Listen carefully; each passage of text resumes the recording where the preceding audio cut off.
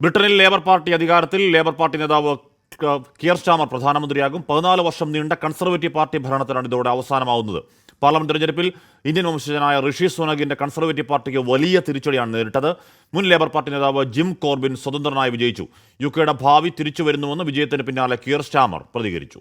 P James international ഡെസ്കിൽ നിന്നും. James, ഇവിടെ മാസങ്ങൾ ഇനിയും ഭരണകാലാവധി ഉണ്ടായിട്ടും ഒരു ആത്മവിശ്വാസത്തിൽ നേരത്തെ ഇലക്ഷൻ പ്രഖ്യാപിച്ച് മുന്നോട്ടേക്ക് പോയ ഋഷി സുനകിന്റെ ആ സ്ട്രാറ്റജി അമ്പേ പരാജയമായിരുന്നു അല്ലേ ജെയിംസ്?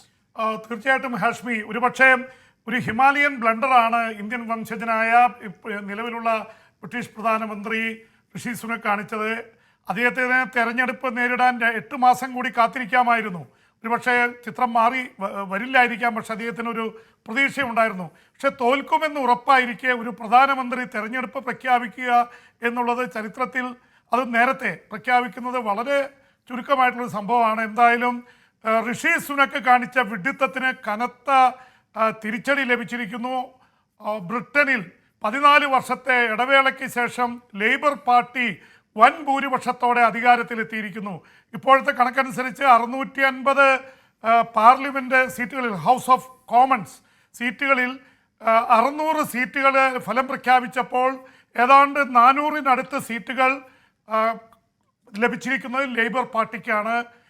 കെയർ സ്റ്റാർമർ, പ്രതിപക്ഷ നേതാവായിരുന്ന കെയർ സ്റ്റാർമർ, അദ്ദേഹം ബ്രിട്ടൻ്റെ പുതിയ പ്രധാനമന്ത്രിയായിട്ട് അധികാരത്തിലെത്തുന്നു. ഇന്ത്യൻ വംശജനായ ഋഷി സുനക്, അദ്ദേഹം മത്സരിച്ച പാർലമെൻറ്റിൽ വിജയിച്ചു എന്നുള്ളത് ശരിയാണ്.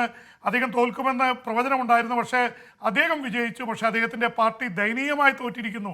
ഇതുവരെ നേരത്തെ 338 സീറ്റുണ്ടായിരുന്ന കൺസർവേറ്റീവ് പാർട്ടിക്ക് ഇതുവരെ ലഭിച്ചിരിക്കുന്നത് 103 സീറ്റാണ്. എന്ന് വെച്ചാൽ കൂടി വന്നാൽ ഇനി 10 സീറ്റൊക്കെ കൂടുതൽ, 10-15 സീറ്റ് കിട്ടിയേക്കാം, അതിനപ്പുറത്തേക്ക് പോവില്ല. അതേസമയം പ്രൊജക്റ്റഡ് ആയിട്ടുള്ള എക്സിറ്റ് പോൾ പ്രൊജക്ഷൻ അനുസരിച്ച് 410 വരെ സീറ്റുകൾ ലേബർ പാർട്ടിക്ക് ലഭിക്കുമെന്നാണ് പറയുന്നത്. ലേബർ പാർട്ടി 14 വർഷത്തിന് ശേഷം അധികാരത്തിലെത്തുന്നു. 2005-ലാണ് അവർ അവസാനമായി ജയിച്ചത്. ടോറികളാണ്. ടോറികളെ സംബന്ധിച്ചിടത്തോളം ഇത് വല്ലാത്ത ഒരു തരത്തിലുള്ള തോൽവിയായിപ്പോയി. എന്ന് മാത്രമല്ല, കെയർ സ്റ്റാർമർ ഒരു കാര്യം ശ്രദ്ധിക്കേണ്ടത്, അദ്ദേഹം ഇരുമ്പ് പണിക്കാരൻ്റെയും ഒരു നേഴ്സിൻ്റെയും മകനാണ്. പാവപ്പെട്ട സാഹചര്യത്തിൽ ജനിച്ചു വളർന്നതാണ്. അദ്ദേഹം 16 വയസ്സ് വരെ അവിടുത്തെ മുനിസിപ്പൽ കൗൺസിലാണ് അദ്ദേഹത്തിന് പ്രൈവറ്റ് സ്കൂളിൽ ഫീസ് കൊടുത്തത്. അങ്ങനെ പഠിച്ചു വന്ന ഒരാൾ പിന്നീട് ബ്രിട്ടൻ്റെ ചീഫ് പ്രോസിക്യൂട്ടറായി, നാഷണൽ ഹ്യൂമൻ റൈറ്റിൻ്റെ ലോയറായി അങ്ങനെ ഉയർന്നു വന്ന് 2015-ലാണ് അദ്ദേഹം ആദ്യമായി പാർലമെൻറ്റ് അംഗമാവുന്നത്. 9 വർഷത്തിനുള്ളിൽ പാർലമെൻറ്റ് അംഗമായ ശേഷം അദ്ദേഹം ഇതാ പ്രധാനമന്ത്രിയാവുന്നു.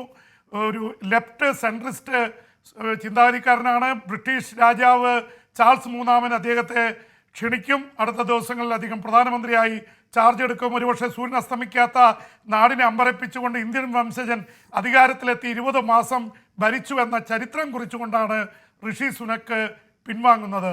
ഓക്കെ, ജെയിംസ് ഇന്റർനാഷണൽ ഡെസ്കിൽ നിന്ന് വാർത്തയുടെ വിവരങ്ങൾ നൽകിയത്. അപ്പോൾ നേരത്തെ ഇലക്ഷനിലേക്ക് പോകാം, ജയിക്കാം എന്ന പ്രതീക്ഷ, അത് അസ്ഥാനത്തെ പ്രതീക്ഷയായിരുന്നു എന്ന് UK ഋഷി സുനകിനോട് പറയുകയാണ്.